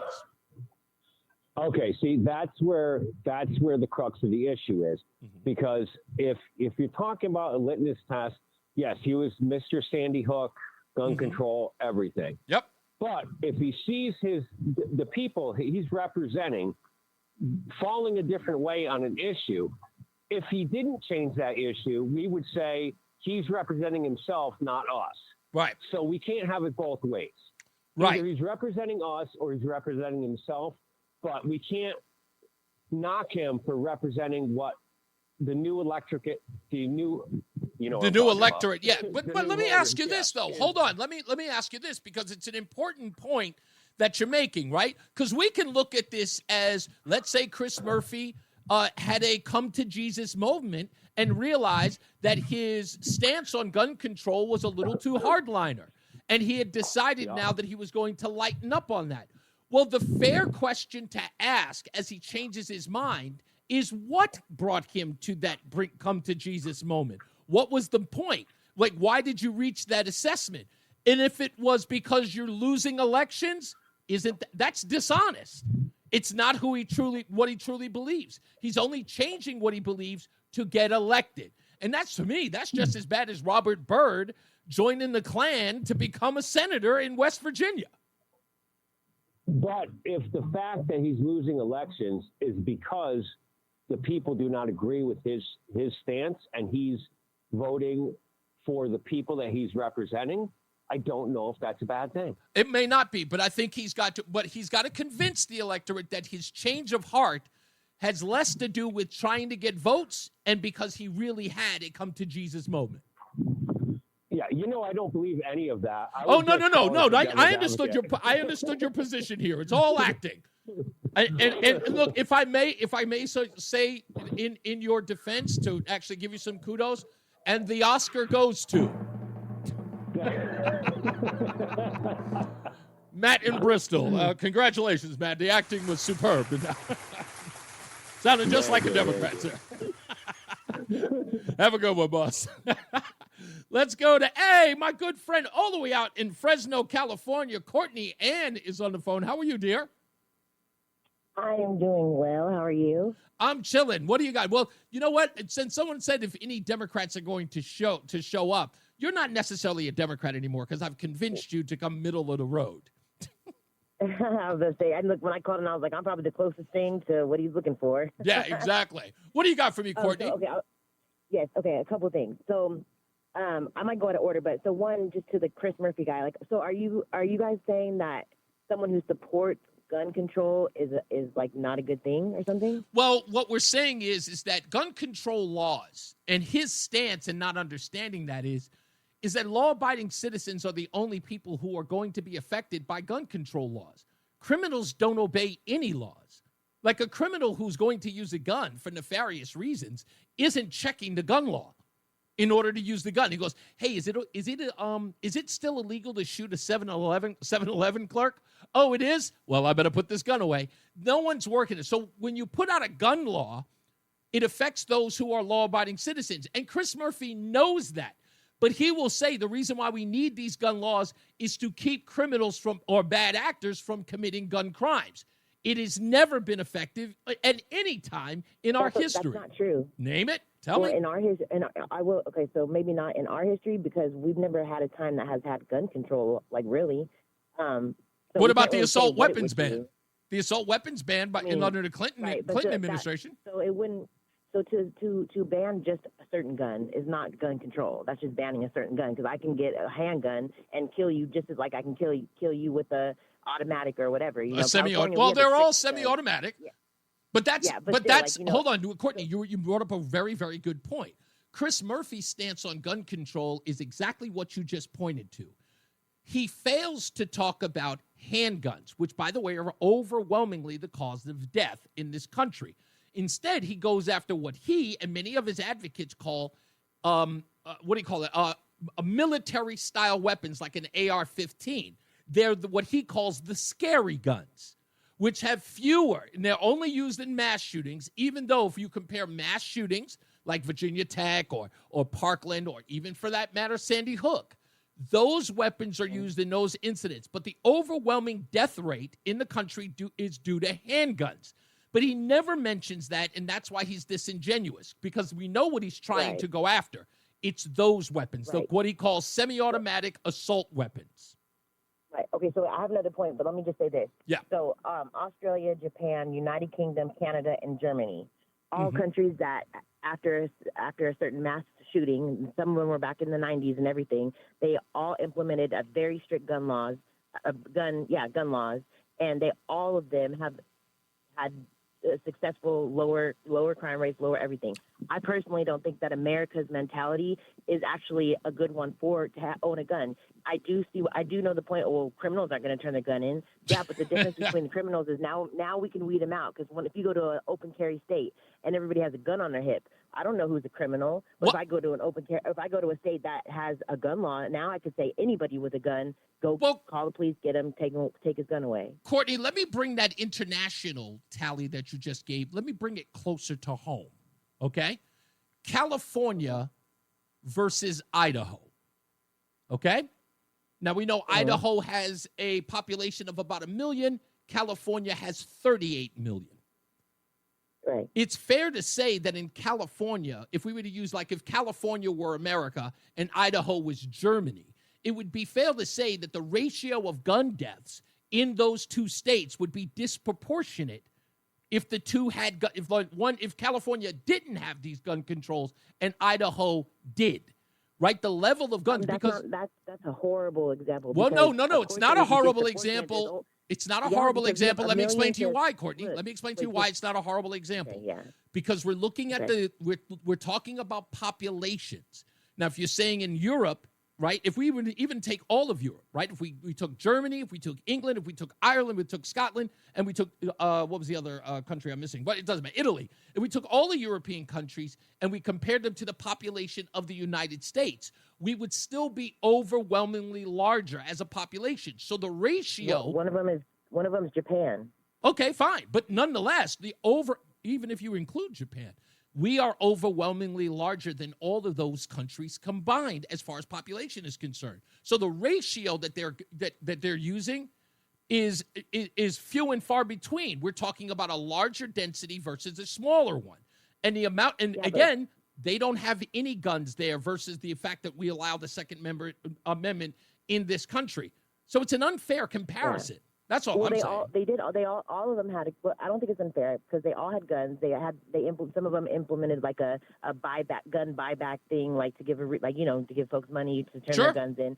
So it's not like these countries had guns. But going to the other thing I wanted to comment on, Joe Biden. So this is my I don't agree with half the things that these presidents do. I like Trump. I like what he's doing. I mean, I don't like all the things he's doing, right? But so.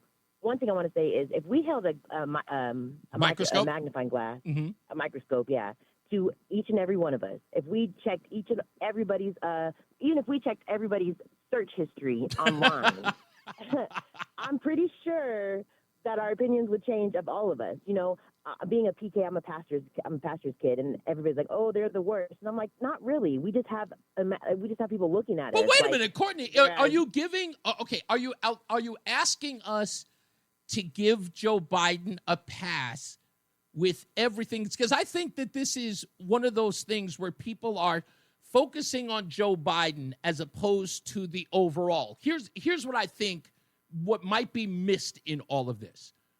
We are talking about an entire apparatus around the Biden administration that while he was president of the United States and was failing mentally, there was an apparatus around him that shielded him and denied the American people of access to the truth of his state of mind. And they played it off like he was okay. If we questioned it, they demonized us. If we questioned it, they destroyed, they kept people from having access to the White House. They got other actors to demonize said person in the news media. They were destroying careers because they dare mention it. When they're supposed to be, again, serving the American public, they told the American media that you're not allowed to hold the hierarchy to a standard that all of us should ask for our elected officials. And what we're saying is that it's not just Biden, it's the whole deal. Right. So, and with that, for the situation at hand with Biden, he was a victim.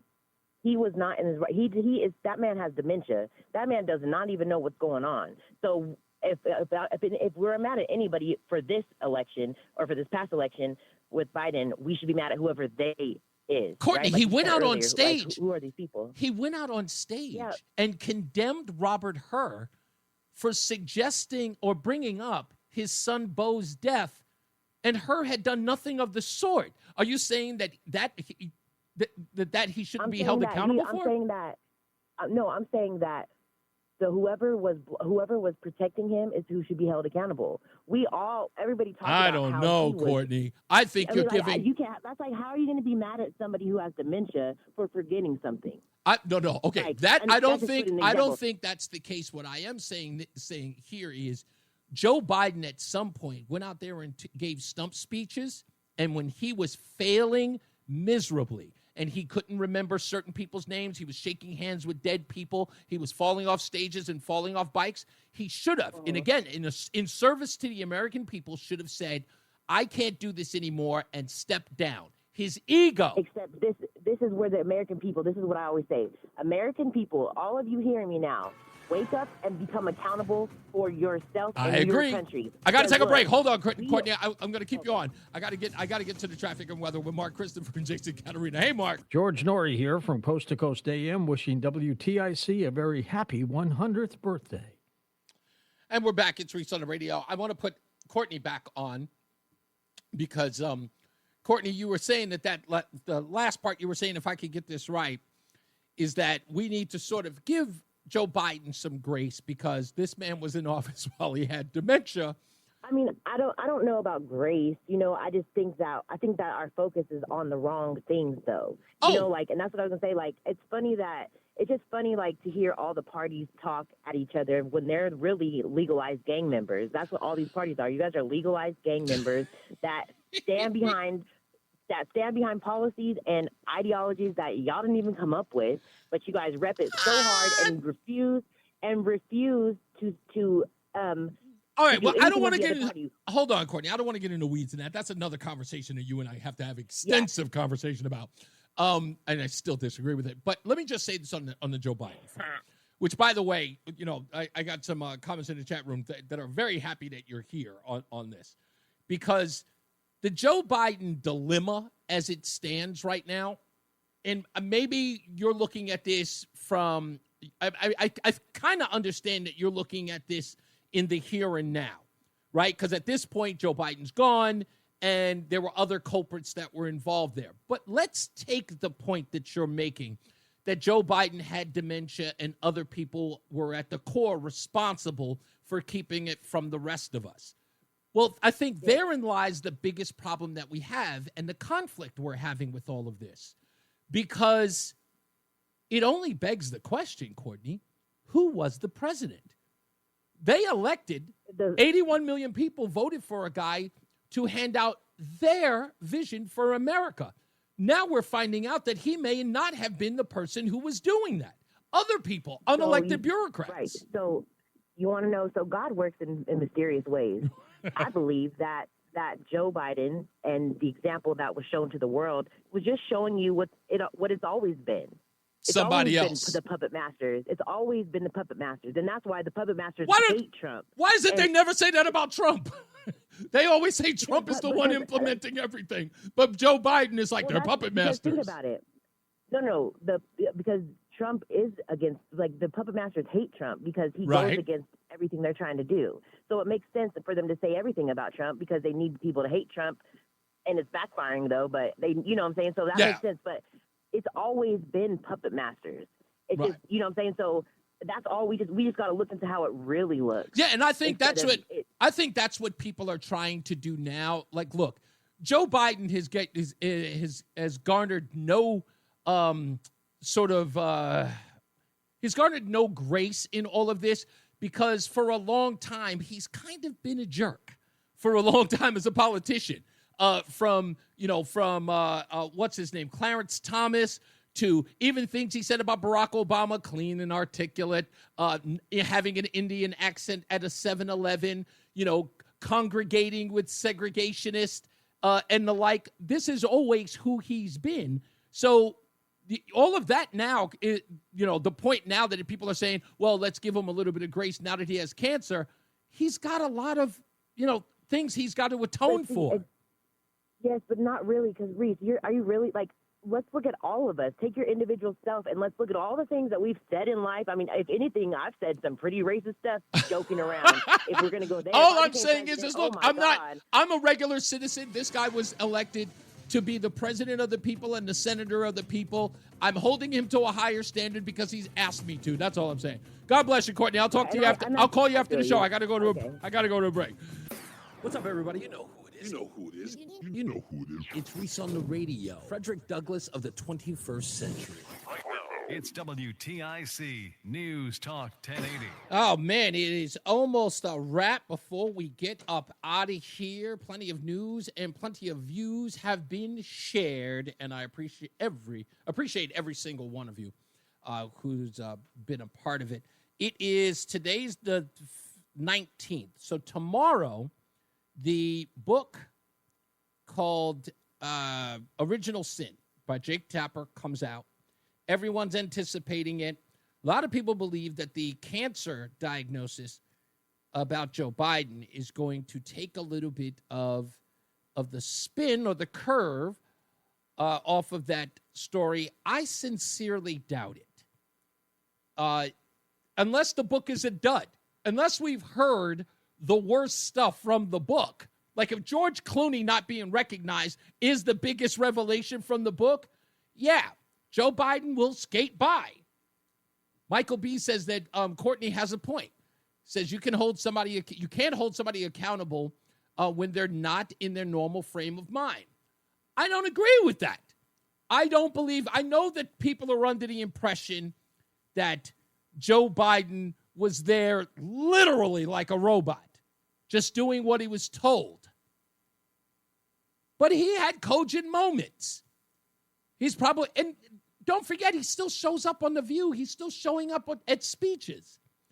Half there, a quarter there, 3/4 there. I don't know.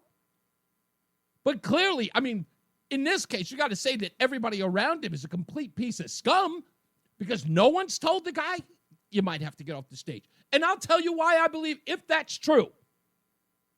Let's play devil's advocate as Matt and Bristol so eloquently did. Let's play devil's advocate. Let's say that the man ain't all there. Okay?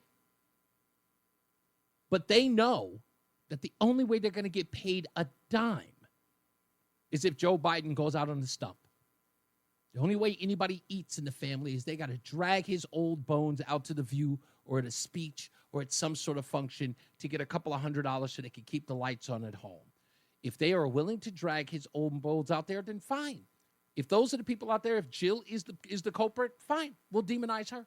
Anybody else for that matter who's a part of it, if they are still milking every dime off this old man's bone, off his bones, yeah, you might be right.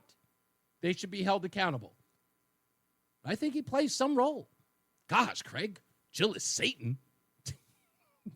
That's harsh. That's hard as hell. Let's get to the phones before we get out of here. Dave's in Ellington. How are you, sir? Okay, maybe not. Let's go to who's next? Oh, Mike's in Plainville. How are you, sir? I absolutely have no sympathy. I can't. For Joe Biden or any of the bad actors that enabled him. They turned the flag upside down. They turned this country upside down with COVID and everything else. No, you can call me Mike the Merciless, okay? They got us. We almost lost everything because of this crime syndicate that was in Washington. Mm-hmm. And it's going to take us years to recover from it. I give him no sympathy or any of the bad actors. I look again. I think that everything that he did, and again, I'll go so far as to say this, Mike. He didn't act alone. I think we can all say that. Even if he wasn't solely responsible, he didn't act alone. But he's definitely a culprit. He's definitely one of the bad actors from the lawfare. He's never been a solid American. He mixed in with the Ku Klux Klan with Robert Byrd. Yep. And going way back, okay? What has he done for this country? Anything positive? He hasn't done anything except get the hell out of office. Yeah. For God's sakes. That's all. That's it. Yep. Thank you, sir. Let's go to Lori's in Glastonbury. Hello, Lori. Hi there. So I want to address one of the things that Courtney was talking about in terms of Japan. Yes. Japan, yes, it does have strict gun laws, but interestingly enough, who has the guns? The Yakuza, who is the Japanese mafia. Right. So it's always the bad guys that are never going to pay attention to what the gun laws actually are. And I understand that she thinks it's going to weed things out, but you can't go by that in Japan because it's a homogenous society, and they want to make sure that they save face. No one is going to attract negative attention to themselves. Even during the tsunami, when everything happened in Japan during my time, there was no looting. You want to know why? Because no one wanted to be that guy caught on camera, coming out of somebody's house stealing stuff. Yeah. That's not who that country is. I lived there for 2 years, so I'm very familiar with how the culture rolls. It's a very different culture, and you can't look at the gun laws and say, oh, they have to take gun laws. Look at the culture. I think what she's also missing there, where Courtney misses in all of that, is that in this idea that we should have stricter gun laws. I always ask the question of those people. I said, so who are the people who should be allowed to have guns? And it's always the government, therefore meaning the police, the military, and government officials. And I always respond to them. So the people who are a constant threat to your freedom, and that's a government, they should have the ability to have guns where you cannot defend yourself. And I realize what it is, Lori, and it's very true. To the layperson on the issue of guns, they see only two kinds of people that have them. Not should, who have them. Guns are in the hands of the police or criminals. They don't see citizens as people who should be defenders of their own freedom. They see guns as something adversarial or something that the government should have. They don't see the middle ground. Because the rest of us, if we got a gun in our hands, average citizens, the only allegiance we would have is to criminality. That's what I know. That's most of the people who are part of the gun control lobby. That's what they believe. Right. So I wanted to just kind of make a comment on that.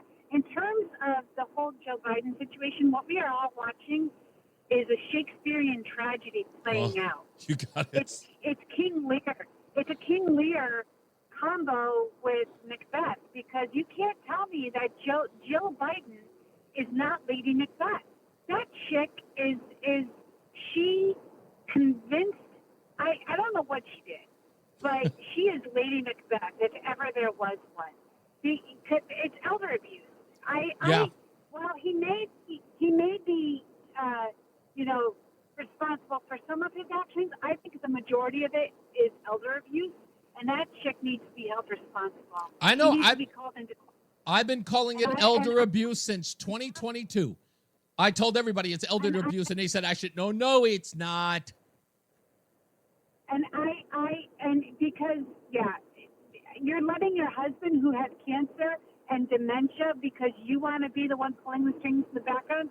No, I'm sorry. I don't have a lot of respect or mercy for that. And I want to also answer to the idea in biblical text in Scripture. It says don't desire to be a teacher because teachers are held to a higher standard. That's right. So if you're president, you're going to be held to a higher standard. There are just some positions that should be held to a higher standard, and president is one of them. Indeed. Thank you, Lori. Much appreciated. Aaron's in Goshen. What's going on, Aaron? Let's just remember, Mao took the gun, Stalin took the gun, Hitler took the gun. Yeah. Our king tried to take our guns. That's what a totalitarian government does. That's right. Why we have the Second Amendment. If we can't defend ourselves against a totalitarian government, they rule us. Australia, prime example, COVID. Didn't they have COVID concentration camps? Yes. Weren't they locking people up? Yes, they because were. They weren't going to get vaccinated? Weren't they taking people out of their normal life and sticking them into barbed wire, essentially a concentration camp? Yeah. This is insane. It's insanity. There's a reason why we have a Second Amendment. It's insanity that people don't recognize, right? People keep looking at the world from this myopic and sort of horse blinders worldview. That here in this country, if there's no totalitarianism happening here, it's happening nowhere else in the world. But as you just mentioned, you can go anywhere and see an unarmed populace be treated in ways you wouldn't imagine. And Australia during COVID is a perfect example. Right now, think about this. They were locking people up. Exactly. They're locking people up in England. They're locking people up in England right now just for social media posts. So let's look at the crime rate in Europe, right? Yep. So it's not committed with guns. No, they just beat the hell out of people with baseball bats, throw acid in people's faces, and so on and so forth. So a criminal is going to find a clever way to commit a crime, That's no right. matter what. Mm-hmm. No matter how heinous they are, they're going to find some way to do it. They always So do. whether it's a gun, whether it's acid or whatever, it doesn't matter. Bottom line is a well-protected society that regulates themselves will be a free society. Always. And that's what we're all forgetting. Indeed. Thank you, Aaron. Great points. Great points. Let's go to good friend Craig in the cab. What's going on, sir? Craig? Well, if American citizens, yes, I'm here. No, I got you. I'm sorry. All right. If American citizens didn't have firearms in the 1700s, we would be living in a British colony right now. Great point. Talk about bringing it home. I love it. That's right. We wouldn't be celebrating our 250th anniversary. That's what a militia is. It's citizen soldiers, and they brought their own firearms. They weren't given those firearms by the government because we didn't have them. Such a good point. Slow your roll, people. There's a reason why most mass shootings happen in gun-free zones.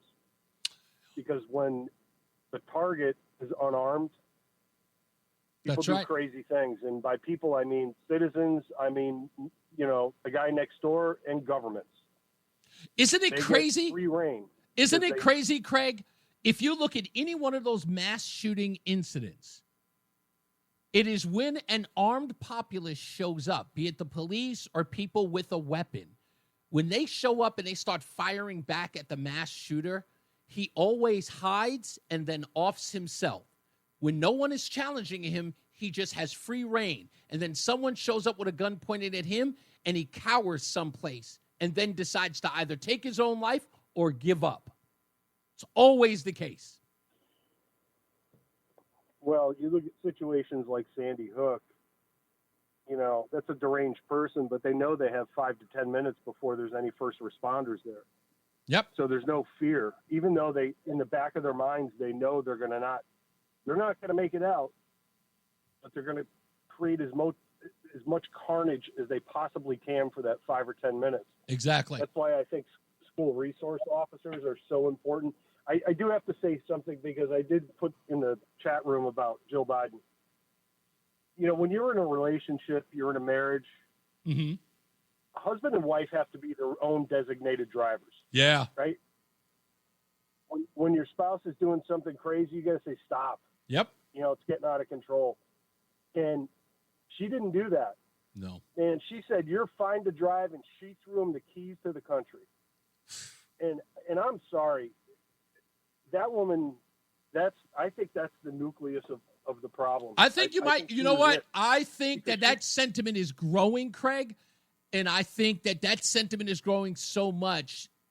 She may be Lady Macbeth at the end of it. In order to give him some grace, they may have to destroy his wife. She needs to be destroyed. There's only one person in Joe's life that could have stopped it, and it was her. She could have tapped him on the shoulder one evening after dinner in the White House and said, Joe, it's time to leave Washington and let's go back to Delaware. Yeah. You can't do this. Yeah. She didn't do that. Yeah, she didn't. You're right. Thank you, Craig. Very, very poignant, sir. As always, man. Thank you. Yeah, look, maybe at the end of the day, she will be. I think the media's got to have guts, though. I think the media's got to have guts. Chris Murphy, you should start that campaign. Just say, if you really think about it, it was Jill who said that he should slow down. Who should have said, just slow down, Joe. Let's go home to Rehoboth. It's quite possible. As I always say, radio is free, so we thank you for paying attention. Remember to keep JC in your hearts and in your mind. Sean Patrick, we love you and we miss you. Remember that panic is not planning, so plan your work and work your plan. Me, I'm Reese on the radio. Welcome to your week. You have a good night, pleasant tomorrow. We'll see you back here next time. Jason Caterina's got your weather, and Mark Christopher's going to get you home in the BPS Traffic Center. Good night, Mark. Hey, Reese, have a great night. We'll see you tomorrow. If you're westbound 84, you're going to see some delays in Hartford. And just like that, we're done. To exit 47 Cerny Street. Eastbound 84 just losing a little All right, speed. see you 48 Capitol Avenue into the tunnel. Yes, sir. See you tomorrow. 3 down to 32 A and B. And Eat something good, man. I'm going to try. I'm going to try. Into Cromwell, northbound 91, no problems. Cromwell up in the wind. Thank you, Lori. Thank you, Michael A. Thank you, everybody. You guys were great in the chat room. Thank you, as always. Folks, for those of you who check us out online, I know you can't always be here during the day, but send us a message on Facebook and on X and on YouTube. Just send a quick note. Let us know that you're there. We'd love to give you a shout-out and let you know that, well, at least we'll let you know that we know that you're watching the show and you appreciate it. Okay? It's been great. It's always fantastic. I love you all. Be good to each other. Stay out of trouble.